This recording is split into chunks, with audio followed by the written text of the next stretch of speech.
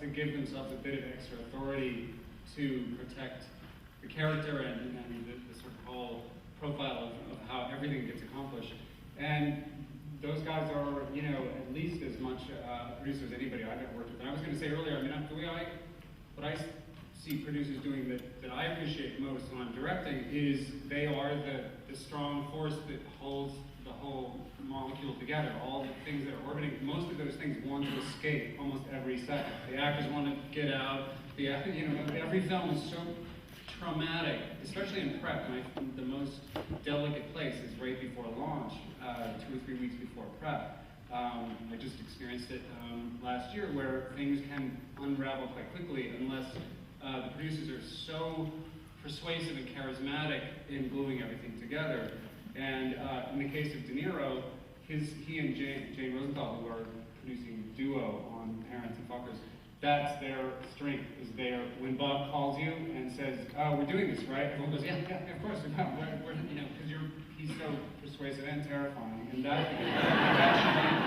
should be one of the most important criteria for crediting someone with the job of producing, is their ability to actually make people stay in the game when it's really kind of dangerous. I think also what's unfair about the Academy rule is it implies that there's only enough work for 2 or 3 people to handle. When these productions are so massive and difficult for so many reasons that it's not like 5 people can't be busy 14 hours a day on them for a very long time. And so I think it diminishes the whole idea of what producers do, because it's a ton of work and it's really difficult and painful to get to an arbitrary number, because they think it's weird to have that many people on stage at the same time or something. Like the cast of Lost just won an award or something. It's just unfair. Yeah, I mean, of course I agree with that, although we are very sensitive about the proliferation of producer credits as well. And there are a lot of people that do get the credit that don't deserve it. So it's, that's the beauty of the PGA. Their criteria, they'll accredit 1, or they've never done it. I mean, they've done 5, but they could accredit 1 or 8 if on the basis of the work they did, it merits that. And you know, this year has really shown that they, you know, sometimes don't accredit 2 or more people that did some work, but not maybe a lot of work. And whether it's absolutely perfected by now, it probably isn't. But that's at least their goal, is to accredit people who actually did the work without any numerical limit. It can be 1, it can be 5. And that, I think, is, what is the unfortunate part, because there's just not total agreement between, those 2 organizations. Directing team, and you've worked with some other first-timers, and Alexander Payne, when he made Election with you, that was his 2nd movie. What's the most valuable thing that a producer can offer a younger director?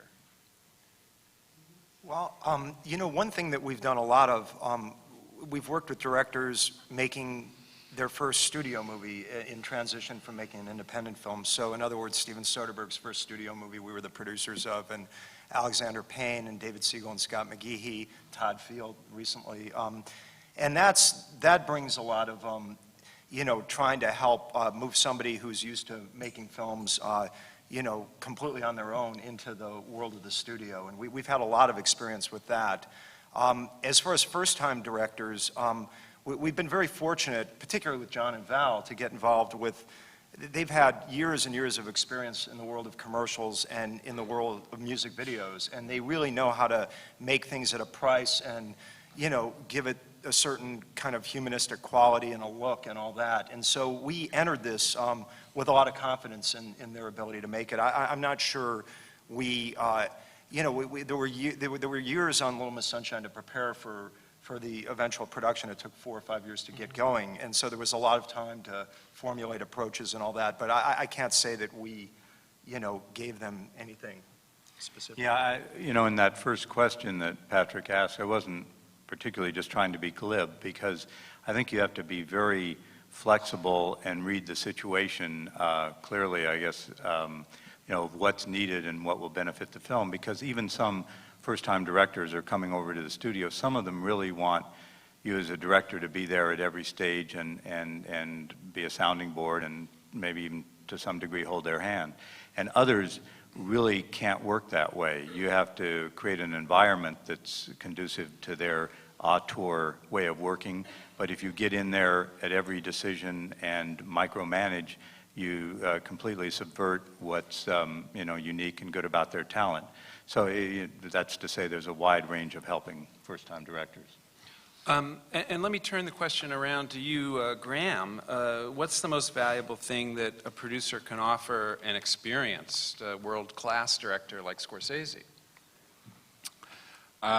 Marty is someone that does enjoy having a producer around him on set every day, because he's not focused on producing the movie, he's focused on directing the film.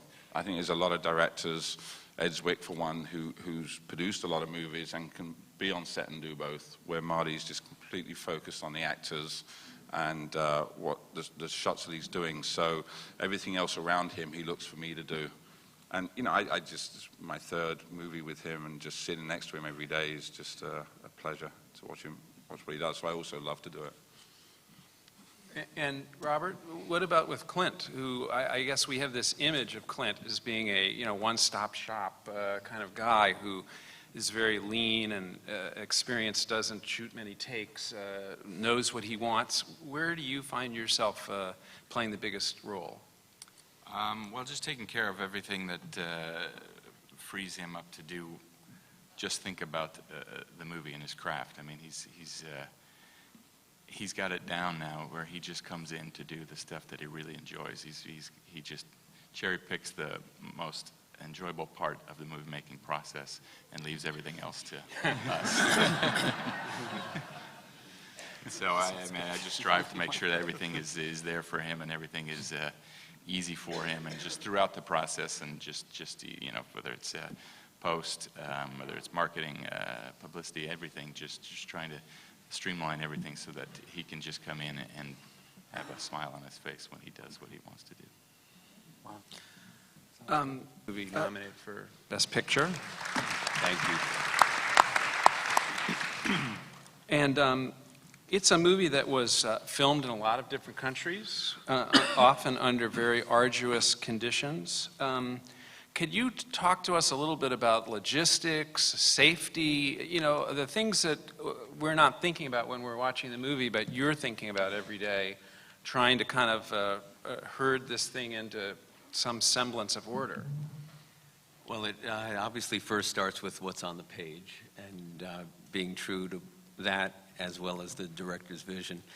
And with Guillermo and Alejandro as the third film in their trilogy, reality and staying not only true to what's on the page, but also doing it in a way where it's almost experiential for all of us behind the camera became the goal.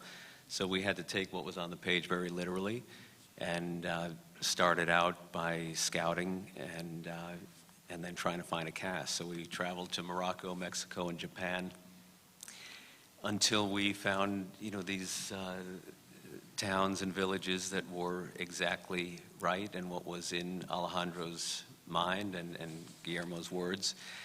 And then taking that further by adding the flavor of the people. And in this case, it was a real challenge as, culturally and language and the mix of non-actors with real actors. So all of that took quite a long time, not only to search for those locations, as you refer to, but also the people to be part of it. Now, especially in Morocco, it made me feel like you were in a really remote place. Were you? Yeah, we were out in the desert, about an hour and a half from Ouarzazate, one of the